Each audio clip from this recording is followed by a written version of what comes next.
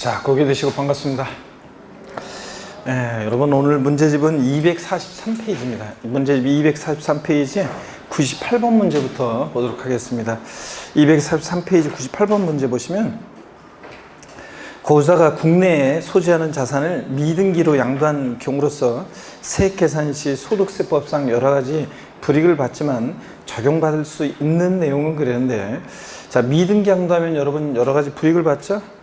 거기 해설에도 나와 있지만 미등기 양도하면 비과세 감면 다 배제합니다. 그죠, 여러분들? 미등기 양도하면 비과세 감면 배제하고, 자, 그 다음에 장기보유통제, 기본공제 다 배제한다고 그랬죠?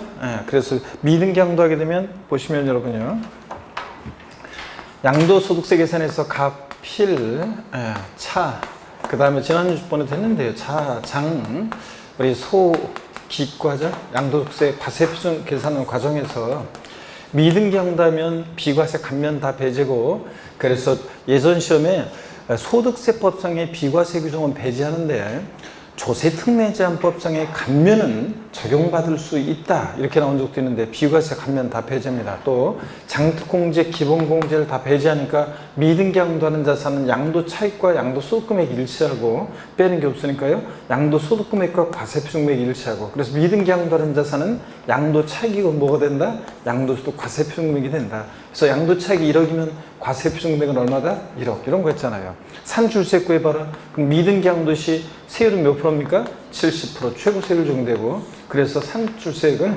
7천만 원. 이런 식으로 구하는 거 우리가 연습했었습니다. 자, 그러면 미등기 양도했을 때 비과세 감면 배제, 장특공제, 기본공제 배제, 세율은 최고 세율 70% 적용하고, 그 다음에 그 맨 마지막 거요. 자, 243페이지 맨 아래 보니까 우리가 필요경비 계산 공제율이요, 취득가액을 추계해서 매가만기 추계해서 정할 때는 기타 필요경비는 필요경비 계산 공제율을 적용한다고 그랬습니다. 그래서 여러분들 필요경비 계산 공제율로, 그럴 때 그 공제율 어떻게 외웠습니까? 필요경비가 계산 공제를 나왔다. 며칠 되기 전에 가면 부정탄다? 371. 그래서 토지, 건물 등기된 거 3%고 미등기 양도하는 자산은 토지, 건물은 배제하는 것은 아니고 불이익은 있죠? 0.3%, 1천분의 3 인정하고, 지상권, 전세권, 등기된 부동산 입자권 몇 프로? 7%, 나머지 1%. 그래서 371 이렇게 외웠잖아요. 그럴 때 필요경비 계산 공제율 받을 수 있습니다. 배제하는 건 아니고, 다만 0.3%밖에 인정 안 한다. 등기된 것은 3%인데. 그러면 여러분 거기 98번 문제 보시면 양도세 비과세 안 해주죠? 그 다음에 6에서 42% 7단계 초과도진세율 그랬는데 미등기 양도하면 몇 프로라고요? 70%고요. 장특공제 3번, 5번 기본공제 다 배제고요. 근데 미등기 양도하더라도 취득가액하고 기타 필요경비 계산 공제 적용은 받을 수 있다고 그랬습니다, 여러분들. 그래서 4번이, 자, 미등기 양도하더라도 요건 불이익을 받지 않는다고 했습니다. 그래서 미등기 양도하더라도 필요경비는 공제받을 수 있습니다. 그래서 4번이 여러분 정답이고요. 자, 넘어갑니다. 그래서 그 미등기 양도했을 때 불이익상 또 지난주에 했었는데, 미등기 양도하더라도 정당한 사유가 있는 경우에는 등기된 곳으로 의지하죠. 그래서 등기 의지하는 경우까지 정확히 여러분들 알고 계셔야 되고, 244페이지 99번 문제 보겠습니다. 99번 문제 보면 요거 한번 보겠습니다. 소득세법상 고자가 국내에 있는 자산을 양도한 경우에 양도소득 과세표준에 적용되는 세율로 틀린 것은 그랬습니다. 단 주어진 자산이나 해당 조건 외에는 고려하지 않는다 그랬습니다. 자, 그래서 요거 30회 시험에 이런 식으로 출제가 됐었는데요. 1번 보니까 보유기간이 1년 이상 2년 미만인 등기된 상업용 건물, 자, 100분의 49인데 우리가 토지, 건물, 부동산에 관한 권리 미등기 양도하면 70, 등기됐다 1년 미만이면 몇 프로요? 50%, 1년 이상 2년 미만이면 40%입니다. 그럴 때, 자, 40%긴 한데 정확히 얘기하면 이게 40%하고 정확히 얘기하면 1년 이상 2년 미만일 때 토지, 건물, 부동산에 관한 권리 40%인데 요거하고 그 다음에 우리 지난주에 제가 세율, 양도세 세율 보충자로 나갔었죠? 그 사유를 참조해 보시면 1년 미만이면 1년 이상 2년 미만이면 40%인데, 다만 원칙적으로 기본적으로 이제 토지, 건물, 부동산에 관한 걸 기타 자산, 자, 기본적으로는 6에서 42%가 적용돼요. 양도세 세율을. 이 7단계 초과도진세율 있죠? 이게 기본적으로 적용되는 게 이게 원칙이에요. 그래서 이게 원칙이고, 다만 1년 미만 1년 이상, 1년 이상 2년 미만이면 40% 원래 또 요게 또 적용되고요. 그러니까 동일한 대상이 2개 이상의 세율을 당하죠. 1년 미만일 때는 40%인데 다만 기본적으로 요 세율이 적용되니까 자, 요거 둘 중 어떤 거? 각각 세율 적용해서 산출세액과 한 다음에 둘 중 어떤 거? 큰 세액을 우리가 적용합니다. 그래서 정확하게는 이렇게 돼 있어야 돼요, 원래. 자, 그래서 어떻게간에 40%라고 돼 있는데, 자, 작년에 여기에 그래서 요것을 고려하지 않았기 때문에, 요거하고 비교하지 않았기 때문에 작년에 모두 틀린 거, 모두 정답 처리를 했었는데, 어떻게간에 1번 문제는 그래서 40%이긴 한데, 다만 정확히 얘기하면, 자, 요 40%하고 6에서 42% 초과 누진세율하고 비교해가지고 각각 세율 중에서 둘 중 어떤 거? 큰 세액으로 합니다. 그 다음에 2번 보시면, 보유기한이 1년 미만인 조합원 입주권이다. 주택 및 조합원 입주권은 자 1년 미만이면 몇 프로? 40%입니다. 1년 이상이면 무조건 6에 42%인데 근데 1년 미만일 때 40%긴 한데 정확히 얘기하면 주택 및 조합원 입주권은 1년 미만이면 40%고 토지 건물 부동산에 관한 권리는 1년 미만이면 50%고 주택 및 조합원 입주권은 1년 미만이면 40%예요. 다만 정확히 얘기하면 이것도 기본적으로는 6에서 42%가 원칙적으로 적용되기 때문에 둘 중 어떤 거? 큰 세액을 한다고 이렇게 돼 있어야지 사실은 정확한 거예요, 원래는. 그래서 2번도 맞긴 맞지만 원래는 이거하고 비교해야 되기 때문에 엄밀히 말하면 또 1번, 2번은 틀렸다고 봐야 되는 건데 근데 또 우리가 그냥 출제자를 봐서 어떻든 간에 이거 두 개하고 비교해야 돼요. 2번도. 그 다음에 3번 보시면 거주자가 조정 대상 지역에 공고가 있은 날 이전에 주택의 입주로 선정된 지위를 양도하기 위한 주택의 입주로 선정된 지위 그러면 법령에는 정확히 얘기하면 조합원 입주권 제외 이렇게 돼 있어요. 주택의 입주자로 선정된 지위 조합원 입주권 제외. 그러니까 뭘 얘기하는 거예요? 분양권 같은 걸 얘기하는 겁니다. 그래서 분양권 같은 것을 양도하기 위해서 매매계약을 체결하고 계약금을 지급한 사실이 증빙 서류에서 확인되는 경우에 그 조정 대상 지역 내 주택의 입주로 선정된 지위 그런데 자 우리가 분양권은 조정 대상 지역 내에서 전매했다. 보유경 관계없이 무조건 몇 프로예요? 50%입니다. 다만 조정 대상 지역 공고일 이전에 매매 계약을 체결하고 계약금 지급하고 그게 증빙이 된다. 그럴 때는 무조건 50% 규정 요거 적용하지 않습니다. 그러니까 요거는 3번은 확실하게 틀렸어요, 여러분들. 우리가 토지 건물 부동산에 관한 권리 분양권도 1년 미만이면 50%, 1년 이상 2년 미만이면 40%, 2년 이상일 때 6에 42%예요. 예? 근데 다만 이렇게 예외가 있었잖아요. 자, 무조건 만약에 분양권을 조정 대상 지역 내에서 전매했다. 그러면 무조건 몇 프로? 보유경 관계없이 50%입니다. 다만 이렇게 조정상 지역 공고일 이전에 매매계약 체결하고 계약금 지급하고 증빙이 된다거나 또 아니면 나이가 30세 다른 분양권이 없는데 나이가 30세 이상이거나 또는 30세 미만이더라도 배우자가 있거나 그러면은 무조건 50% 중과세를 적용해서 제외되는 경우가 있습니다. 자, 그래서 요 3번 지문은 틀린 지문입니다. 이건 확실하게 틀렸어요. 조정대상 지역 내 분양권을 전매하면 몇 프로다? 50%다. 보유경 관계없이. 다만 이렇게 조정대상 지역 공고일 이전에 이렇게 매매계약 체결하고 계약금 지급하고 입증이 된다? 그럴 때는 무조건 50% 세율을 적용하지 않습니다. 자, 그래서 3번은 틀렸습니다. 이거는 3번 같으면은 요거는 그냥 원래대로 돌아가서 1년 미만이면 50, 1년 이상 2년 미만이 40, 그 다음에 자 2년 이상 유직에 42%요 규정이 적용됩니다. 그래서 3번 틀렸고 4번 봅니다. 양도소 과세 표준이 1,200만 원 이하인 등기된 비섬용 토지 지정적이 있지 않을 때 자 100분의 16 그랬는데 우리가 비섬용 토지 있잖아요. 비섬 토지 우리가 과세 표준액이 1,200만 원 이하면 몇 프로입니까? 6%입니다. 그죠, 여러분들? 근데 비섬용 토지는 거기다가 자, 몇 프로를 가산해? 10% 할증하잖아요. 우리가 원래는 기본세율이라는 게 소득세에서 기본세율은 이렇게 6에서 42% 이게 기본세율이에요. 기본적으로 적용되는데 다만 비섬용 토지는 여기다 몇 프로? 10%를 할증해서 16%부터 몇 프로요? 52%까지 7단계 초과 누진세율이 적용돼요. 과세표준금액이 1,200만 원 이하일 때 일반적으로는 6%인데 근데 비섬용 토지는 몇 프로라고요? 16%고 5억 원 추가 금액이 됐으면 몇 프로? 52% 이렇게 정됩니다. 그래서 과세 평액이 1,200만 원 이하일 때 일반적으로는 6%지만 비섬용 토지는 몇 프로다? 16% 이렇게 처음과 끝은 외워두시라고 했었잖아요. 네, 그래서 1,200만 원 이하일 때 16%입니다. 자, 그 다음에 5번에 보니까 미등기 건물은 몇 프로입니까, 여러분? 미등기 양도하는 건물은 몇 프로? 예? 요거 70%고요. 요건 뭐 확실하고요. 미등기 양도 제외 재산이 아닐 때. 자, 이렇게 해서 99번은 3번이 정답입니다.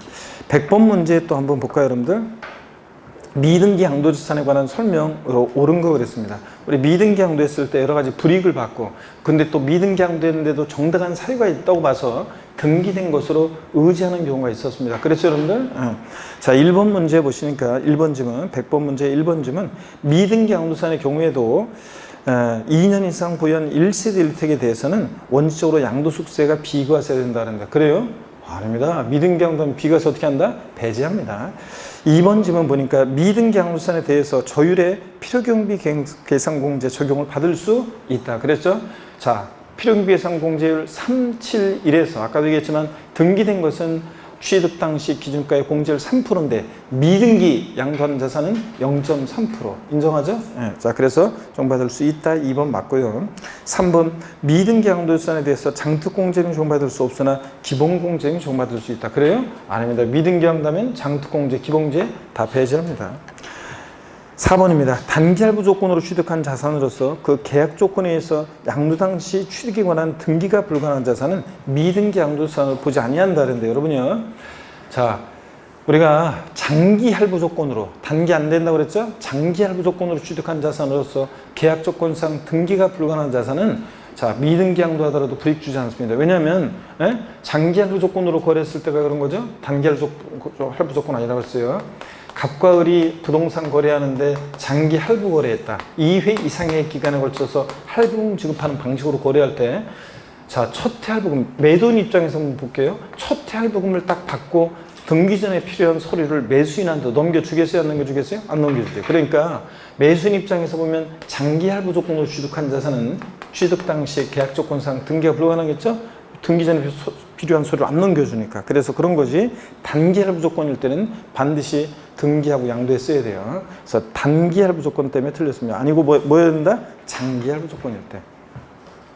5번 봅니다. 5번 지문 245페이지. 미등기 양도산에 대해서는 양도소득 과세 표준에 60% 세율을 적용한다. 몇 프로 세율입니까? 미등기 양도하면 70%입니다. 자, 그래서 계속 반복되고 101번 문제도 더 한번 풀어볼까요? 예, 29회 시험 때 나온 기출문제인데 요 101번 문제는 29회 때 독립화 문제로 이렇게 나왔기 때문에 뭐 31회 시험에 또 독립화 문제로 미등기 양도에 관한 게 나올 가능성은 낮습니다. 다만 종합문제 속에서는 미등기 양도했을 때 불이익사항과 등기 의지하는 경우 여기 시험 지문에 종합문제 속에서는 잘 나오기 때문에 한 번 더 풀어봅니다.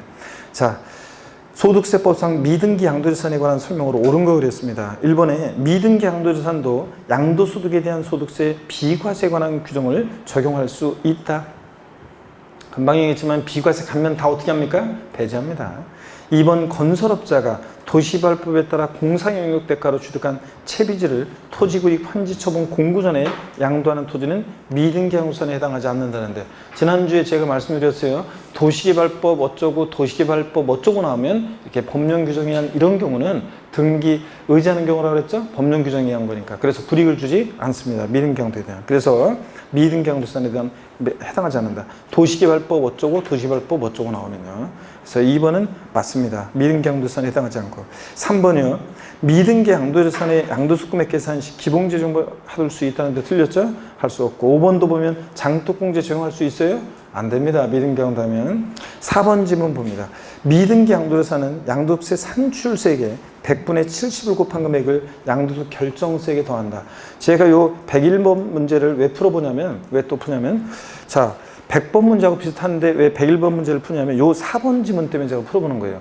이 101번 문제는 29회 시험 때 수험생들이 숫자만 신경 쓰는 수험생이라 그러면 여기에 4번을 골랐을 가능성이 상당히 높습니다. 왜냐면 미등기 양도하면 몇 프로세요? 70%. 이 숫자만 신경 쓰는 사람들은 이게 맞다고 생각할 수 있는데 이게 왜 틀렸냐면요. 왜 틀렸습니까, 여러분? 이게 우리가 보세요. 양도소득세 계산은 이렇게 하는 거예요. 가필 차상 속익과 과세 표준이 결정되면 여기다가 곱하기 세율에서 산출세액을 구하는 거지. 그죠, 여러분들? 그래서 우리가 여기 항상 지우개를 여기다 꺼내놔야 되는데 이건 안 꺼내놨네. 자, 이걸 꺼내 놓으셨어야 되는데. 자, 여기 한번 봅니다. 여기 보시면 우리가 가필 차상 속익과에서 이렇게 과세 표준을 계산했어요. 그럼 과세 표준 결정되면 여기다가 곱하기 세율에서 우리가 산출세액을 구하고요. 양도세액에서는. 그 다음에 산출세액 구한 다음에 여기서 이제 세액 공제할 게 있으면 세액 공제하고 공제세액을 구하고 공제하고 세액 공제액을 공제하고 또 감면받은 세액이 있으면 감면세액을 빼고 산출세액에서 그런 다음에 이제 우리가 양도소득 결정세액이라는 걸 구하고요. 자, 그 다음에 결정세액 구한 다음에 신고납부 불성시하면 가산세가 적용되고, 그 다음에 이제 그래서 가산세를 합해가지고 신고납부 불성시 가산세 적용되는 게 있으면 합해가지고 우리가 뭘 구하냐면 총결정세액이라는 걸 구해요. 총결정세액을 구하고, 그런 다음에 여기서 이제 기납부한 세액이 있으면 그 기납부 앞에서 이미 납부한 세액이 있으면 그거 빼고 그래서 우리가 납부할 세액을 구해요. 양도세 계산은 이제 정확히 얘기하면 이렇게 하는 건데 여러분요, 산출세액 구하는 과정까지가 중요하지 과세 표준 구하는 과정, 자, 그 다음에 세율, 산출세액 구하는 과정까지가 중요하지 여기는 여러분들이 저처럼 정확하게 달달 외울 필요는 없다고 그랬습니다. 그럼 여기 한번 보세요. 자, 미등기 양도하는 자산은 과세 표준에다가 세율을 70%를 곱해 산출세액 구하는 거지 이 산출세액에다가 70% 세율을 적용해요? 말이 안 되잖아요, 여러분들. 그죠? 그러니까 여기 지금 지문은 101번 문제 4번 지문은 미등기 양도자산은 양도세 산출세액의 100분의 70을 곱합니까? 아니고 어디다가 곱한다? 과세 표준금액에다가 과세 표준에다가 세율을 적용해야지. 그래서 산출세액 틀렸습니다. 과세 표준금액에 세율을 적용하는 겁니다. 아시겠습니까, 여러분? 그러니까 숫자만 신경 쓰지 말고 항상 우리 세법에서는 이렇게 기준이 되는 시점, 기준이 되는 금액 이런 것들을 또 숫자만 바꾸는 게 아니라 이런 것들을 바꿔서 또 출제하기 때문에 항상 이게 주의하셔야 돼요. 숫자만 보면 4번을 골랐을 가능성이 높은데 2번은 제가 항상 얘기했어요. 29회 시험 전에도 미등기 양도되는데 등기 의지하는 경우 쭉 설명하면서 도시개발법 어쩌고 도시개발법 어쩌고 나오면 이건 등기 의지하는 경우다. 이렇게 설명을 드렸었습니다. 그래서 우리가 지난 시간에 미등기 양도되는데도 등기된 곳으로 의지하는 경우를 했었는데 그때 제가 설명드렸습니다. 241페이지 보시면 앞에 241페이지 94번 문제 해설을 보시면 241페이지 94번 문제 해설 보면 미등기 양도 제외자산 설명드렸었죠? 그래서 이거 꼭 알아두라고 그랬습니다. 미등기 양도되는데도 등기된 곳으로 의지하는 경우 241페이지 별표시하고 알아두라고 그랬고 맨 마지막에 도시발법 어쩌고 도시발법 어쩌고 두 개 나오죠, 여러분들? 그거 기억하라고 그랬습니다. 자, 설명을 드렸고요. 그래서 101번 문제 이렇게 자, 출제가 됐었습니다. 29회 때. 넘어갑니다. 246페이지 보면 246페이지 102번 문제 보겠습니다. 자, 102번부터 이제 본격적으로 한번 더 보겠습니다. 고개를 드시고 여러분들 스트레칭 한번 하고 보겠습니다. 노운동부터 합니다, 여러분들. 아이고, 반대로 돌리시고 허리도 좌로 우로 돌립니다, 여러분들. 아이고, 자, 기지개도 화끈하게 제끼시고 좋습니다, 여러분들. 자, 오늘은 뭐 제가 장마비가 어느 해에는 장마비가 마른 장마 그래가지고 장마라고 했는데 어느 해에는 비가 하나도 안 오고 거의 비가 한 번도 안 오고 그냥 장마가 거의 안 오다가 그냥 끝나는 경우도 있는데 올해는 뭐 비가 이제 뭐 많이 오는 것 같습니다, 장마비가. 근데 뭐 일본하고 보니까 중국에서는 막 난리 났죠. 근데 우리나라는 그래도 보니까 그래도 그나마 비 피해를 입으신 분들이 계시지만 그래도 그나마 남부지방 보면 중국이나 일본에 내리는 비에 비하면 거기서 이미 엄청 많이 뿌린 다음에 우리나라로 올라왔기 때문에 그나마 그래도 우리가 그래도 좀 피해가 그래도 좀 덜한 것 같습니다. 하여튼 장마비가 이제 끝나고 그 다음에 햇살이 오늘처럼 쫙 비치잖아요, 이렇게. 그래서 오늘은 또 기분도 전환할 겸 해가지고 또 옷도 또 이렇게 좀 스포티하게 입고 왔습니다. 자, 보시면 246페이지. 그래서 여러분들도 또 새로운 마음으로 다시 심기일전에서 또 공부하셔야 되겠습니다. 102번 문제 보니까요, 소득세법상 고소자가 보유기한 10년 6개월이 된 비삼용 토지를 2020년에 양도한 경우에 관한 설명으로 틀린 거랬습니다. 비삼용 토지에 관해서 이렇게 이 문제처럼 독립한 문제로 안 나오더라도 비삼용 토지 관련한 내용들은 좀 정리해둘 필요가 있습니다. 1번 보시니까요. 비삼용 토지에 해당하는 경우라도 양도세 세율은 할증된 7단계 초과 누진세율이 적용된다는데, 자, 비삼용 토지도요, 여러분, 할증된 7단계 초과세율. 그러니까 6에서 42%, 원래 양도세 대상 자산은 기본적으로 6에서 42% 기본세율이 적용되는데, 기본세율이라고 하죠. 기본적으로 적용되니까. 근데 여기다가 비상품 토지 몇 프로 할증한다? 10% 할증한. 그래서 16에서 52%까지 7단계 초과 누진세율 적용합니다. 그래서 10% 할증한다는 거. 맞죠, 여러분들? 2번 봅니다. 양도 차익의 20%에 해당하는 장기 부의공제를 적용받을 수 있다 그랬는데, 자, 여러분, 우리가 비삼용 토지는 장특공제 받을 수 있어요, 없어요? 네, 분명히 지난주에 설명드렸습니다. 자, 비삼용 토지는 장기 부의특별공제를 받을 수 있어요, 없어요? 있습니다, 여러분들. 자, 우리가 장특공제는 국내에 소지하는 등기되고 3년 이상 보유한 토지, 건물 및 조합원 입주권의 대상인데, 그때 토지에 비삼용 토지 포함이라고 그랬죠? 그래서 비삼용 토지 장특공제 받을 수 있다고 그랬습니다, 여러분들.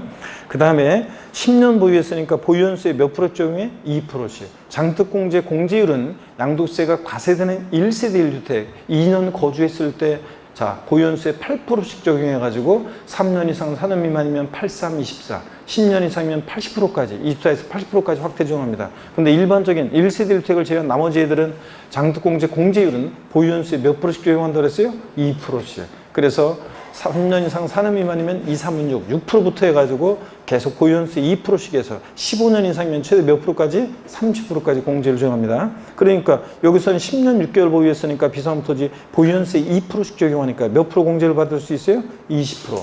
장특공제 공제를 받을 수 있습니다. 맞고요. 3번 비삼용 토지를 양도하는 경우에 기본세율에 10%를 더하여 과세한다. 그렇죠? 그 얘기는 기본세율에 10%를 더해서 과세하고, 비삼용 토지는. 그 다음에 4번 양도채 계산 시 취득 당시 소요된 취득세, 등록면허세, 실지 취득가액을 필요경비로 하여 양도가액에서 차감할 수 있다는데, 뭐 비삼용 토지 양도할 때도 당연히 필요경비는 이렇게 실거래가를 중에서 계산하면 취득 관련한 조세, 뭐 또 실취득한 가액 이런 것들 필요경비로 양도에서 차감할 수 있습니다. 5번 보면 비삼용 토지는 연 250만원의 기본공제 적용받을 수 없다. 여러분, 양도세 기본공제는 제가 분명히 얘기했어요. 뭐만 아니면 미등기 양도만 아니면 싹 다 갈아줍니다. 그래서 등기된 경우인데 안 된다. 자, 미등기 양도를 제외하고서는 비삼용 토지는 안 된다 그러면 틀려요. 자, 그래서 비삼용 토지도 기본공제 등기됐다 그러면 기본공제 당연히 받을 수 있습니다. 자, 그래서 5번 지분 같으면 비삼용 토지가 등기됐다고 딱 했으면 더 좋았을 건데, 어떻든 간에 등기됐다 그랬을 때 비삼용 토지 받을 수 있습니다. 그래서 5번 여러분 적용받을 수 없다 틀렸습니다. 103번 문제 보겠습니다. 103번 문제는 이제 뭐가 나오냐면, 이제 양도소득금액 계산 특례라고 그래가지고 배우자 식계조미소간 이월과세 특례, 또 부당행위 계산 부인 특례가 쭉 나와요. 그래서 요거를 이제 제가 먼저 쫙 설명을 드린 다음에 문제는 좀 이따가 풀어볼 건데요. 양도소득세가 이제 어렵다 그러면 우리가 지난주에 배운 내용들이 어려웠었고, 또 그 다음에 이제 오늘 요 양도소득금액 계산 특례 요게 이제 좀 어렵습니다. 그 외에는 이제 나머지는 이제 성의 문제예요. 양도세 예정신고납부, 확정신고납부 이런 것들은 이제 고도의 이해를 요하는 그런 게 아니라 자꾸 봐가지고 그냥 눈에 익혀가지고 양도세 예정신고 언제까지 예정신고하느냐 뭐 이런 것들, 자, 불이익은 어떤 거냐 이런 것들을 이제 자꾸 보면 되기 때문에 나머지는 어려운 게 아니라 성의 문제. 이제 지금 이제 배우는 것만 잘 이해해 두시면 되겠습니다, 여러분. 여기를 다 지우고요. 양도소득금액 계산 특례, 자, 배우자 식계조미소 간 증여받은 재산에 대한 이율과세 특례, 또 부당행위 계산 부인 특례, 요걸 한번 제가 쭉 설명을 한번 드려보겠습니다, 여러분들. 자, 그러면 여기 한번 보세요. 먼저 멈추고 여기를 잘 보셔야 되겠습니다. 먼저요, 배우자 또는 직계존비속 간에, 배우자 또는 직계존비속 간에, 존비속 간 증여받은 재산에 대한 이율과세 특례입니다. 제목이 좀 길죠, 여러분들? 이율과세 특례, 요걸 한번 설명을 드리겠습니다. 배우자 직계존비속 간 증여받은 재산에 대한 이율과세 특례인데, 자, 배우자 직계존비속으로부터 어떤 재산을 증여받았을 때 이 특례, 이율과세 특례가 적용되냐면, 다른 건 안 되고요, 여러분들. 다른 건 안 되고, 토지, 건물, 그 다음에 또 특정 시설물 이용해용권이요. 그래서 골프이용권, 콘도미니엄 이용권, 헬스클럽 이용권 같은 특정 시설물 이용 이용권이요. 특정 시설물 이용 이용권, 이런 것들. 또 그 다음에 부동산을 취득할 수 있는 권리예요. 부동산을 취득할 수 있는 권리. 요게 이제 2019년 작년에 추가가 됐어요. 양도세 이율과세 특례 적용 대상으로 작년에 추가되는데, 왜 그러냐면, 왜 추가했냐면요, 사람들 있잖아요, 분양권 같은 거 있잖아요. 분양권을 사요. 그래가지고 분양권을 샀어요. 프리미엄이 확 붙죠. 그러면 프리미엄 붙었을 때 이제 자신의 배우자한테 있잖아요, 증여를 해요. 우리가 배우자가 내는 10년 내 6억 원까지 증여 공제를 받을 수 있어요. 그러면 프리미엄이 붙은 상태에서, 자, 처음에는 단독 명의로 했다가 저 분양권을 받았다가 그 다음에 이제 프리미엄이 다 붙었을 때 있잖아요, 공동 명의로 해요. 그러면 공동 명의로 하면 그 지분 6억 원까지 공제받으면서 반을 그 배우자로 이렇게 이전을 하면, 그러면 증여세도 안 내면서 그 다음에 분양권은 취득세 대상도 아니니까 취득세도 안 내면서, 그러면서 요걸 이제 저 프리미엄 붙은 가격에서 이렇게 나눠져 버리니까 프리미엄 오른 만큼을 갖다가 이렇게 양도세를 회피하는 나중에 그런 효과가 생겼어요. 자, 그런 다음에 또 뭐 전매한다거나 뭐 아니면 나중에 이제 아파트를 받는다거나 뭐 이런 식으로 해가지고 악용을 좀 했어요. 그래가지고 이 부동산을 취득할 수 있는 권리도 이제 악용하는 것을 막기 위해서 이 규정을 요 규정에 요 특례 대상에 얘도 포함을 시켰습니다. 어떤 간에 배우자 직계점에서부터 어떤 걸 증여받았어야 되냐면, 토지, 건물, 무슨 이용이용권, 또 부동산을 취득할 수 있는 권리가를 증여받아서 양도했을 때 특례 적용됩니다. 자, 먼저 보시면요, 어떤 거냐면, 자, 갑이라는 증여자가 있습니다. 자, 그리고 증여를 받는 수중자을이 있습니다. 증여자, 수중자예요. 그러면 얘네들 증여자와 수중자는 배우자 직계존비속 관계고요. 증여받아서 이것을 제3자에게 양도합니다. 제3자에게. 자, 그러면데 배우자 직계존비속으로부터 증여받아서 몇 년 양도할 때 이 특례가 적용되냐면요, 증여받아서 이것을 5년 내 양도할 때, 5년 내에 양도하게 되면 이율과세 특례가 적용됩니다. 5년 내에. 그래서 증여받아서 반드시 5년 내 양도했어야지 5년이 지나서 양도하면 특례 적용되지 않습니다. 5년 내 양도했어야 돼요. 자, 그럴 때 그러면 납세의무자는 누가 되냐? 그러면 수중자가 납세의무자입니다. 수중자 을이 양도한 거니까 납세의무자는 이제 수중자가 되는데요. 근데 문제는 양도소득세 계산 시에 취득 가격이나 취득 시기는 다 증여자를 기준으로 판단하게 돼요. 한번 볼까요? 갑이 만약에 어떤 부동산을 2014년 만약에 3월 달에 어떤 부동산을 취득했어요. 이거 취득 당시에는 예를 들어서 여기 취득 당시에는 만약에 2억 원이었습니다. 취득 가격은 2억 원이었습니다. 근데 자신의 배우자한테 예를 들어서 만약에 2018년도 5월 달에 만약에 증여를 했어요. 증여를 했고요. 증여받을 당시 이 재산가액은 얼마였냐면, 상속증여세법 규정에 따라 평가한 증여받을 당시 재산가액은 이게 만약에 6억 원이었습니다. 자, 그리고 요걸 갖다가 증여받아서 제3자에게 양도했는데 2020년도 만약에 8월 달에 양도를 했습니다. 양도를. 그리고 양도 당시 가격은 얼마였냐면, 양도 가격은 예를 들어서 7억 원이었습니다. 그러면 여러분 보세요. 배우자 직계점유서로부터 증여받아서 지금 몇 년 내 양도했어요? 5년 내 양도했어요. 그러면 양도세 계산 시에 이율과세 특례가 적용돼가지고 납세의무자는 수중자입니다. 얘가 양도한 거니까. 근데 양도소득세 계산할 때 양도 가격은 7억인데요. 지금 판 가격. 근데 취득 가격은 증여받은 당시 재산 가격으로 하지 않고 당초 증여자가 취득한 가격 2억 원을 취득 가격으로 해서 양도세 계산해요. 그러니까 양도 차익이 얼마가 되는 거예요? 7억으로 해요.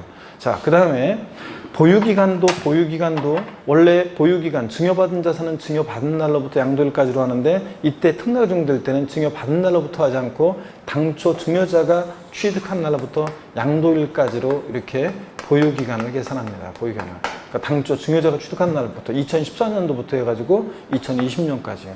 만약에 요게 이 특례가 만약에 적용 안 되고 일반적으로 경우라고 했으면 2018년도부터 5월에서 2020년 8월까지니까 3년 보유를 못했으니까 장특공제를 못 받겠지만 보유기간이 당초 증여자가 취득한 날부터 양도일까지로 하니까 장특공제 받을 수 있습니다. 자, 이게 이렇게 특례입니다. 또 보세요. 원래는 기납부한 예전에 상속 증여받으면서 냈던 상속세나 증여세는 있잖아요. 양도세 계산 시에 필요경비에 기납부한 상속세나 증여세는 포함한다고 그랬어요? 안 한다고 그랬어요? 예? 안 한다고 그랬잖아요. 예전에 상속받으면서 증여받으면서 냈던 상속세나 증여세는 양도소득세 계산 시 이번에 팔 때 양도세 계산 시 필요경비에 포함하지 않습니다. 그런데 2월과세 특례가 적용될 때는 이렇게 기납부한 증여세도 필요경비에 산입해서 공제를 받을 수 있습니다. 산입해서. 그 다음에 또 보세요. 양도소득세 납부에 대해서, 의뢰 납부에 대해서 증여자, 수송자는요, 연대 납세 의무가 없어요. 어차피 배우자 직계존비속은 한 몸이기 때문에 연대 납세 의무가 없다는 거예요, 여러분. 자, 그래서 여기 이월과세 특례예요. 만약에 이월과세 특례 규정이 없으면 사람들이 어떻게 하냐면 이렇게 한다고 그랬잖아요. 2억에 샀어요? 그러면 부동산 가격이 어떤 개발 호재 등에 의해서 확 뛰었어요. 그래서 많이 올랐어요. 그러면 6억이 됐어요. 증여될 당시에. 그러면은 자기가 갖고 있다가 팔면 그냥 자기 명의로 갖고 있다 팔면 7억이니까 양도세 5억 생기잖아요. 일단 배우자한테 증여해요. 그러면 우리가 배우자 간에 6억 원까지 증여 공제를 받아요. 그래서 증여세 안 내면서 그리고 얼마 있다가 바로 팔아요. 6억에 팔 수도 있고 7억에 팔 수도 있고 그러면 양도차익이 이렇게 확 줄잖아요. 이렇게 사람들이 악용하는 것을 막기 위해서 증여세, 양도세를 회피하는 이런 문제를 막기 위해서 이 특례가 적용됐습니다. 그래서 배우자 직계존수로부터 증여받아서 5년 내 양도하면 1월세 특례 적용되니까 이때는 양도세 계산할 때 취득가격을 증여받은 당시 가격으로 하지 않고 뭐로 한다고요? 당초 증여자가 취득한 가격으로 합니다. 자, 이렇게 한다는 거. 그래서 요게 이제 만약에 여러분들 이걸 이제 규정을 알고 있으면 가격을 취득가격 싸게 샀어요. 근데 얼마 안 돼가지고 가격이 많이 폭등했어요. 그럴 때는 일단 훗날을 도모하면서 배우자한테 일단 증여했다가 몇 년 지나서 팔면 돼요? 5년이 지나서 팔면 그러면 자기 명의로 쭉 갖고 있다 파는 것보다는 이렇게 하니까 양도차익을 줄일 수 있잖아요. 네? 많이 일단 오를 때로 어느 정도 올랐어요. 배우자한테 증여하면 이렇게 양도차익을 줄일 수 있습니다. 다만 몇 년이 지나서 팔아야 돼? 5년이 지나서. 그래서 5년 내 양도하면 소용없고요. 5년 지나서 팔면 세금을 그래도 절세할 수 있습니다. 단점은 있지. 5년 동안 부동산에 돈이 묶이는 단점은 있지만 요즘 같은 경우에 은행에다가 아무리 5년이고 10년이고 넣어놔봤자 그 돈이 그 돈이지 뭐. 그죠? 그러니까 어떻게 이렇게 이런 규정을 또 잘 적용하면 됩니다. 실험용으로는 하여튼 이거예요. 배우자 직계존수로부터 증여받을 때 어떤 재산을 증여받아서 토지, 건물, 무슨 이용이용권, 또 부동산을 취득할 수 있는 권리 이런 걸 증여받아서 몇 년 내 양도하면 5년 내 양도하면 이월과세 특례 적용됩니다. 납세 의무자는 누굽니까? 수증자. 증여받은 배우자 직계존비속. 근데 양도세 계산 시에 취득가격이나 취득 시기는 다 누굴 기준으로 판단한다? 당초 증여자를 기준으로 판단하고 또 기납부한 증여세, 원래 증여세는 필요경비에 포함하지 않지만 예외적으로 이율과세 특례 적용될 때는 필요경비에 산입해서 공제받을 수 있고 세액 공제한다고 바꿔서 나온 적도 있었는데 산출세에서 세액 공제하는 게 아니라 필요경비로 공제받을 수 있고 그 다음에 또 연대납세 의무가 있다 없다? 없습니다. 있다고 바꿔서 나온 적도 있고요. 어차피 배우자 직계존속은 한 몸이니까. 자, 이거 설명드렸고요. 여기 또 봅니다 이제. 배우자 직계존비속 간 이율과세 특례를 설명을 드렸고 이제 이번에는 부당행위 예산 부인 특례입니다. 자, 보세요. 특수관계자 간에요. 특수관계자 간에 부당행위로 계산된 부당행위 계산을 부인하는 특례입니다. 부당행위 계산 부인 특례요. 자, 이것도 우리가 지난 핵심 유학 과정에서 다 설명을 드렸던 건데 그래도 또 한번 한번 보겠습니다. 부당행위 계산 부인 특례요. 이건 두 가지 유형이 있어요. 하여튼 특수관계자가 하면 근데 적용돼요. 남남 사이에는 적용되지 않습니다. 이거 뭐냐면 특수관계자라는 것은 어떤 거냐면 특수관계자는 친족관계가 있거나 경영지배 관계가 있거나 경제적 연관관계가 있는 특수관계자 간에만 적용되는 규정입니다. 부당해산 부인 특례는. 자, 부당하게 계산된 그 계산을 관할 세무상이 부인하고 다시 계산할 수 있는 거 이게 부당행위 계산 부인 특례인데 두 가지 유형이 있습니다. 하나는 특수관계자 간에 증여 후 우회 양도예요.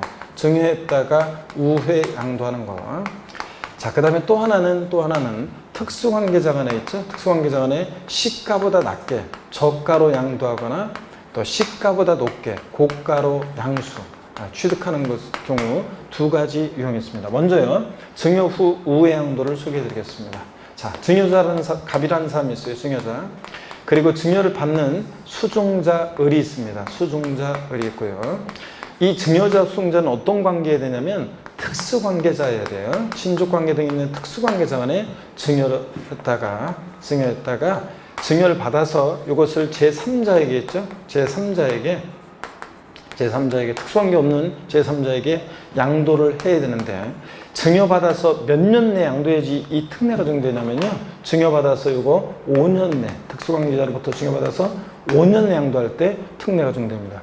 근데 특수관계자로부터 증여받아서 5년 내 양도했다고 이 부당이익 선부인 특례가 무조건 적용되는 게 아니에요. 예, 부당이익 선부인 특례는 반드시 있잖아요. 조세에 부당한 감소가 있어야 돼요. 얘는 이 조세에 부당한 감소가 있어야지만 이 특례가 적용됩니다. 조세에 부당한 감소가 있을 것을 요하지 않는다고 했어요. 제가 요합니다. 근데 배우자 직계점유 속한 이율과세 특례 있죠? 얘는 조세에 부당한 감소 여부와 관계가 없어요. 그래서 얘는 조세에 부당한 감소가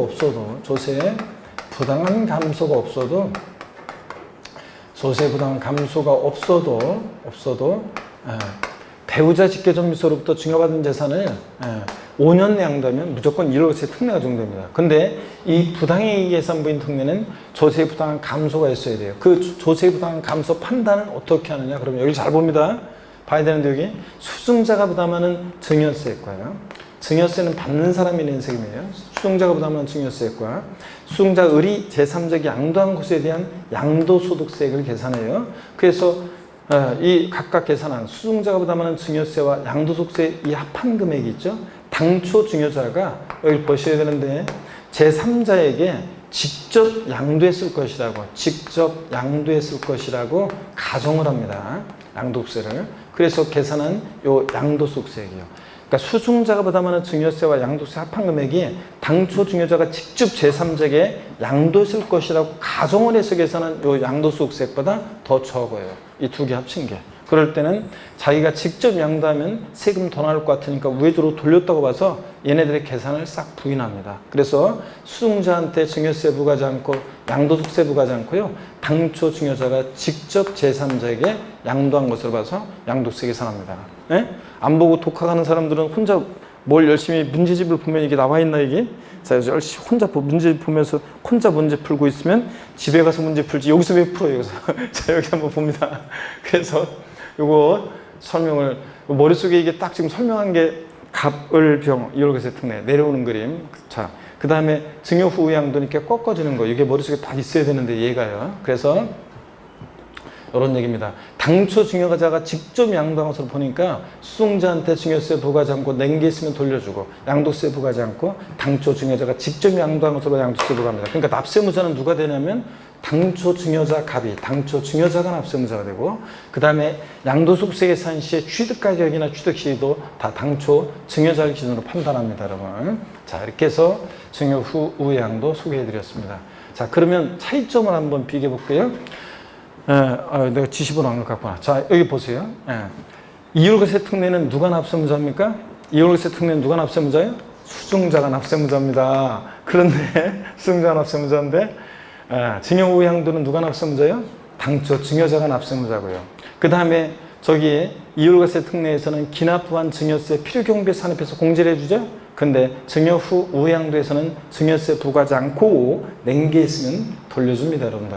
또 자, 저기 이율과세 특례는 증여자와 수증자 사이에 연대 납세가 있어요, 없어요? 없습니다. 어차피 한 몸이니까 한 사람한테 부과하면 연대 책임지는 것과 똑같잖아요. 연대 납세는 없어요, 이율과세 특례. 근데 이 증여 후 우양도에서는 증여자와 수증자 사이에 연대 납세가 있습니다. 얘네들이 수증자가 불법에 협력했다고 봐가지고 증여자하고 수증자 사이에, 이율과세 특례는 증여자와 수증자 사이에 연대 납세가 있어요.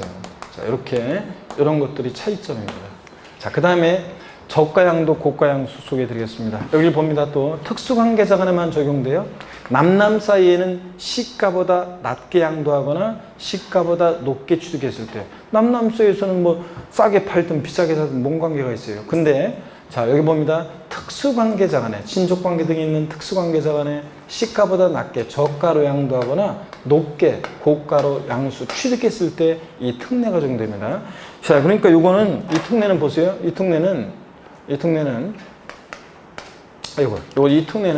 시가보다 낮게 양도하거나 높게 취득했을 때 특례 적용되는 거지, 시가보다 높게 양도하거나 낮게 취득하면 특례 적용 안 돼요. 그래서 헷갈리잖아요. 그래서 머리 글자를 따서 우리가 어떻게 외우냐면 저도 세법 고수입니다. 여러분들이 여름을 지나면서는 이제 세법 고수가 돼야 되는데, 가을에 문턱에 들어서서는 세법 고수가 돼야 되는데, 자, 저도 세법 고수입니다. 그죠? 그래서 여러분들이 따라서 하라고 그러는, 내가 요즘은 수업 시간에, 예전에는 제 수업 방식이 실수 없이 따라서 하게 하고 막 수업 시간에 외우면서 따라서 이렇게 하고 소리내서 이렇게 하라고 그러는데, 안 따라하면 막 안 따라한다고 하고 막 소리내서 따라하라고 막 그랬는데, 요즘은 방역 대책에, 방역 준칙에 어긋나기 때문에 막 공간에서 자꾸 막 노래 부르기, 저 종교 활동하시는 분들은 그렇게 막 그런 데서 막 노래 부르고 막 그다음에 막 이렇게 말 크게 하고 막 이러면서 기도하면서 막 이렇게 크게 하고 이러면 이게 안 좋은 거거든요, 이게. 그래서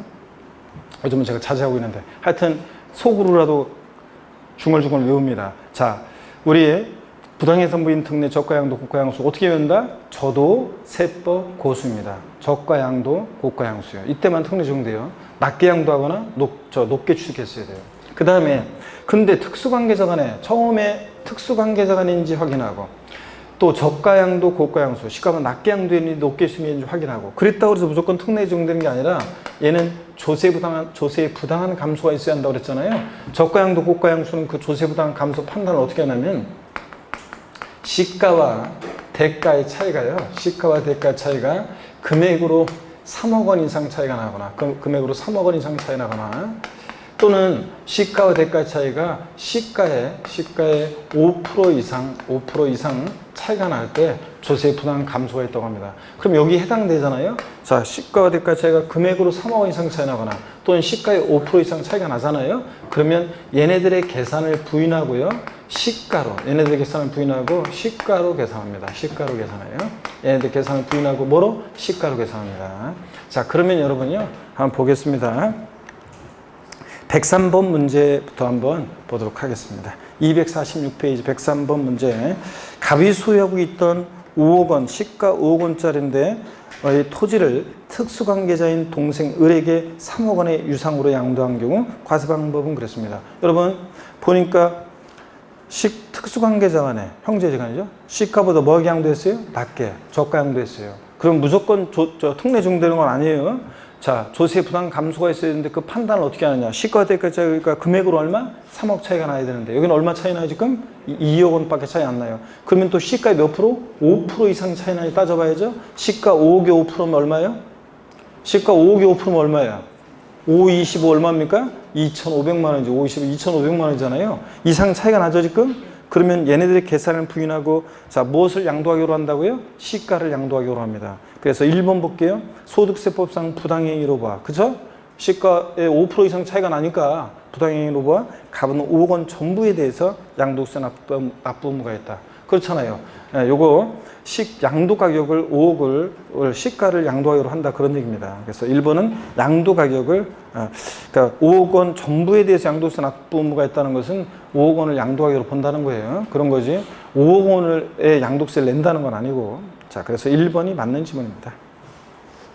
넘어가시면 247페이지 거기 해설에 보니까 부당행위 해산부인 특례 요건이요, 거래 상대방 특수관계자가 아니어야 되고, 또 시가와 거래가의 차이가, 금액 차이가 얼마요? 3억 원 이상 차이 나거나 시가의 몇 프로? 5% 이상 차이가 나야 됩니다. 그래야지 부당한 감소가 있다고 봅니다, 여러분들. 요거 그 얘기고, 기준을 정확히 알고 있어야 되고요. 104번 문제, 자, 여러분 한번 또 보겠습니다. 104번 문제도 별표시 한번 하고 한번 보겠습니다. 이 문제, 근데 이 문제는 좀 수정을 해야 돼요. 이 문제는. 자, 한번 보겠습니다.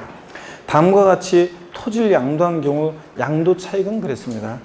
2018년도 8월 5일 특수관계자인 갑으로부터 자 2억 2천만 원 시가 2억 원에 2억 원짜리를 2억 2천만 원 취득했습니다. 시가보다 뭐하게 취득했어요? 높게 고가 양수 고가로 취득했잖아요. 그 다음에 또 뭘 확인해야 되냐면 조세 부담 감소가 판단해야 되는데 시가 대가에서 제가 금액으로 얼마? 3억 차이가 안 나죠? 2천만 원밖에. 그럼 또 시가의 몇 프로? 5% 이상 차이 나니 따져봐야 돼요. 시가 자 2억에 5%면 얼마입니까? 2, 5, 10 얼마예요? 1,000만 원이요. 자 그럼 차이가 나죠 이상? 시가의 5% 1,000만 원보다 지금 차이가 나잖아요. 2천만 원이니까. 그러면 이런 때는 얘네들의 계산을 부인하고 양도 가격, 취득 가격을 뭐로 한다고요? 시가로 합니다. 그러니까 시가로 하니까 얼마? 2억 원이 취득 가격이 되는 거예요. 2억 2천만 원이 아니라 얼마로 한다고요? 얘네들 계산을 부인하고 뭐로? 시가 2억 원을 취득 가격으로 합니다. 조세 부담 감소가 있다고 봐서. 그 다음에 2020년 10월 5일 특수관계자가 아닌 을에게 4억 5천만 원의 시가 5억 원에 양도했다. 삑! 특수관계자가 아니면 특례는 적용해야 안 해요? 안 해요. 특수관계자가 아니면 특례는 적용 안 해. 그러니까 4억 5천 시가 5억 원, 시가 5억짜리를 4억 5천에 저가 양도했을 때 이 부당해이sam부인 특례를 적용해야 안 해요? 안 해요. 특례 적용 안 하니까 양도 가격을 얼마로 해야 돼? 4억 5천만 원을 양도 가격을 해야 돼요. 에? 이 문제는. 근데 이 문제 해설을 보면 시가 5억 원으로 해서 계산하도록 돼 있어요. 그렇기 때문에 이 문제가 해설처럼 되려면은 여기 두 번째를 보세요. 다시 2020년 10월 5일 특수관계자가 아닌 을에게를 특수관계자인 을에게 이렇게 고쳐야 돼요. 특수관계자가 아니면 특례 적용하지 않기 때문에 양도가격을 실지 거래한 가액인 4억 5천으로 해야 되기 때문에 이 문제 해설처럼 하려면 특수관계자가 아닌 을에게 아니라 특수관계자인 을에게 이렇게 고쳐놓으세요. 자 그럼 다시 두 번째 예시를 특수관계자인 을에게 고쳐놓고 봅니다. 4억 5천만 원인데 시가 5억짜리를 4억 5천에 양도했어요. 시가보다 낮게 양도했죠? 그러면 따져봐요. 조세 부담 감소가 있는지. 시가 대가치가 금액으로 자 3억 원 차이가 안 나죠? 5천만 원밖에. 그러면 시가에 또 몇 프로? 5% 이상 차이 나는지 따져봐. 시가 5억에 5%면 얼마입니까? 5, 25 얼마예요? 2,500만 원 이상. 차이가 나죠 지금? 그러니까 얘네들의 계산을 부인하고 무엇을 양도하기로 해? 시가 5억 원을 양도하기로 다시 계산합니다. 시가 5억 원을. 자 그러면 양도차익 계산합니다. 그러면 양도 가격은 얼마고? 시가로 하니까 5억 원. 또 취득 가격도 시가로 하니까 얼마? 시가로 하니까 얼마예요? 2억 원. 그러니까 양도 차익을 구하라고 그랬죠? 그러니까 얼마? 양도 차익은 얼마입니까? 다른 기타 필요경비 없다고 했을 때는 얼마입니까? 3억 원. 이렇게 해서 3억 원이 정답이 됩니다. 이 문제는 3억 원을 정답을 했잖아요. 그러니까 이 문제처럼 하려면 두 번째 예시를 특수관계자가 아닌 자로 이렇게 해야 돼요. 특수관계자로 해야 돼요. 특수관계자가 아니면 4억 5천만 원을 이 문제 지금 그대로 하면은 이 문제 그대로 하면 양도 가격을 얼마로 해야 되냐면 실지 거래한 가격 특수관계자가 아닌 자가 내는 적용 안 나니까 4억 5천이에요. 4억 5천이고 그 다음에 취득 가격은 아까 시가로 해서 2억이고 그래서 양도차익은 얼마가 되는 거예요? 1억 얼마? 5천. 이렇게 돼 있어야 돼요, 여러분들. 자, 이렇게 돼 있어야 되는데 1억 5천원인데 없잖아요, 답은. 자, 그래서 두 번째 예시를 특수관계자인 을에게 이렇게 고쳐놓고 하셔야지 4번이 답이 됩니다. 넘어갑니다. 105번 문제 또 별표시 한번 해보겠습니다. 105번 문제. 이거 시간이 많이 됐네요. 105번 문제예요. 이율과세 특례, 부당해산부인 특례 비교인데 잠시 쉬었다가 105번 문제부터 또 이어서 보도록 하겠습니다.